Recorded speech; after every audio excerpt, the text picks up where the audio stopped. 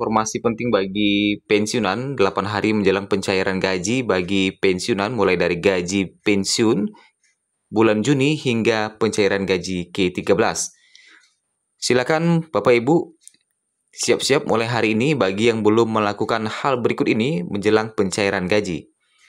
Kemudian informasi kedua terkait dengan batas usia pensiun PNS diusulkan naik menjadi 70 tahun. Bagaimana informasi selengkapnya? Dan informasi ketiga terkait dengan pembayaran pensiun setelah adanya reformasi pensiun, yang mana Kemenkeu mengambil alih pembayaran pensiun dari Taspen. Ketiga informasi ini kita sampaikan pada pagi hari ini di Jumat 23 Mei 2025. Kita masuk di informasi pertama terlebih dahulu terkait dengan batas usia pensiun sebelum kita membahas terkait dengan informasi penting 8 hari menjelang pencairan gaji Juni dan gaji ke-13 di tahun 2025. Bapak Ibu yang mana sebagaimana kita ketahui bersama, baru-baru ini Ketua Umum Dewan Pengurus Korpri Nasional Zudan Arif mengusulkan kenaikan batas usia pensiun PNS atau pegawai negeri sipil hingga maksimal 70 tahun. Zudan yang juga berprofesi sebagai Kepala Badan Kepegawaian Negara ini mengatakan, pengusulan kenaikan batas usia pensiun bertujuan agar mendorong keahlian dan karir pegawai ASN. Dan ini saya lihat tingkat usia semakin tinggi serta harapan hidup yang semakin bagus. Sehingga wajar batas usia pensiun ASN ditambah, baik yang berada pada jabatan struktural maupun jabatan fungsional, ujar Zudan dalam keterangan tertulis pada Kamis 22 Mei 2025. Korpri mengusulkan agar pejabat pimpinan tinggi atau JPT utama mencapai usia 65 tahun, sementara JPT Media atau Eselon 1 mencapai batas usia pensiun 63 tahun.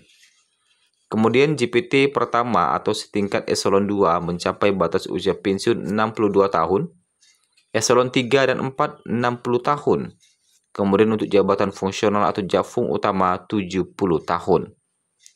Adapun usulan kenaikan batas usia pensiun ASN tersebut telah disampaikan kepada Presiden Prabowo, Ketua DPR RI, hingga Menpan RB.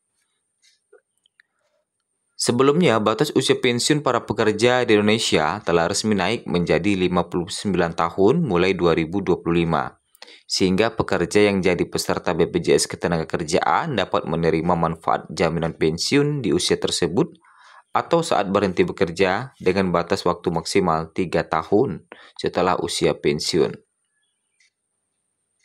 Batas usia pensiun telah naik beberapa kali setiap 3 tahun sekali. Usia pensiun naik menjadi 57 tahun mulai 2019, lanjut menjadi 58 tahun 2022, dan kini jadi 59 tahun.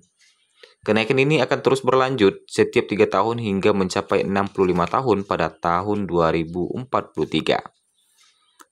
Diperpanjangnya batas usia pensiun warga Indonesia juga membuat peluang kerja untuk mengumpulkan dana pensiun yang cukup menjadi lebih besar.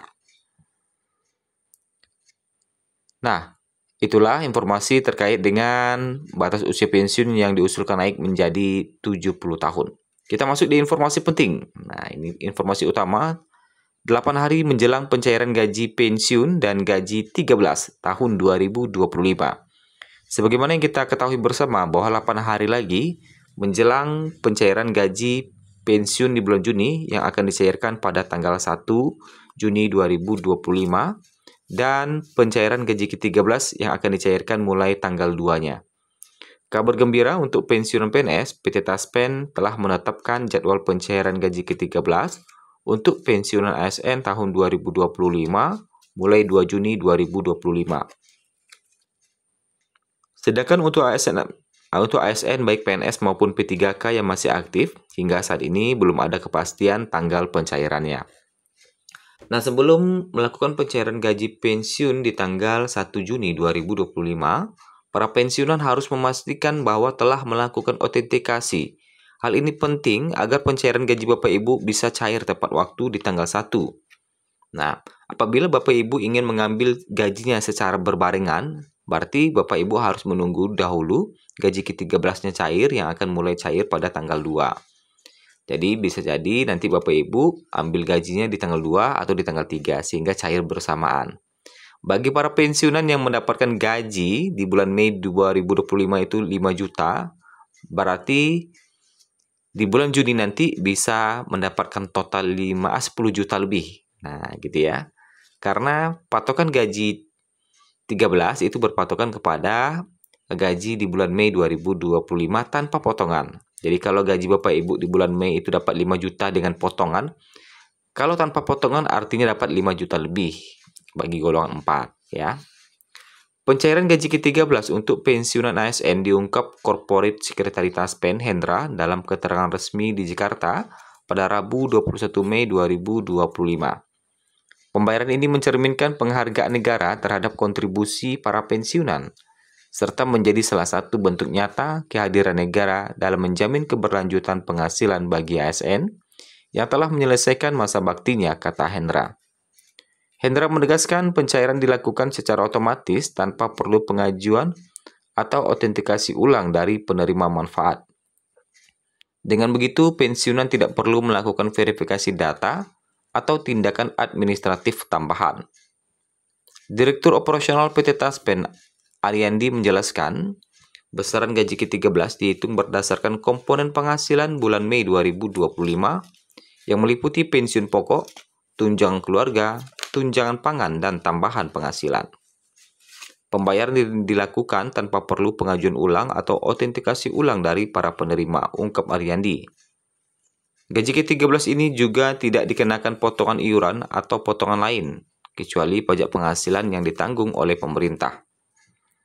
Untuk penerima pensiun baru per Mei 2025 atau yang pembayaran pertama kali dilakukan setelah 15 Mei 2025, gaji ke-13 juga akan dibayarkan pada Juni 2025. Taspen menegaskan bahwa pensiunan yang memiliki dua status, misalnya sebagai pensiunan PNS dan sekaligus penerima pensiun janda atau duda, akan menerima pembayaran untuk keduanya. Lebih lanjut, untuk PNS dan pejabat negara yang pensiun, pembayaran dilakukan oleh PT Taspen dan satuan kerja masing-masing tergantung tanggal mulai pensiun, yaitu 1 Mei atau 1 Juni 2025. Ariandi mengimbau para penerima untuk waspada terhadap upaya penipuan yang mengatasnamakan Taspen. Pembayaran gaji ke-13 diberikan tanpa potongan atau tanpa pungutan biaya apapun. Nah, jadi menjelang pencairan gaji ke-13, himbauan dari PT Taspen adalah para pensiunan itu harus waspada terhadap penipuan-penipuan. Ya, penipuan yang mengatasnamakan Taspen ini perlu diwaspadai. Kemudian informasi terakhir terkait dengan pembayaran pesangon pensiun fully funded. Kementerian Keuangan berencana mengambil alih tugas pembayaran uang pensiun aparatur sipil negara, yang mana selama ini pembayaran pensiun dilakukan oleh PT Taspen dan Asabri.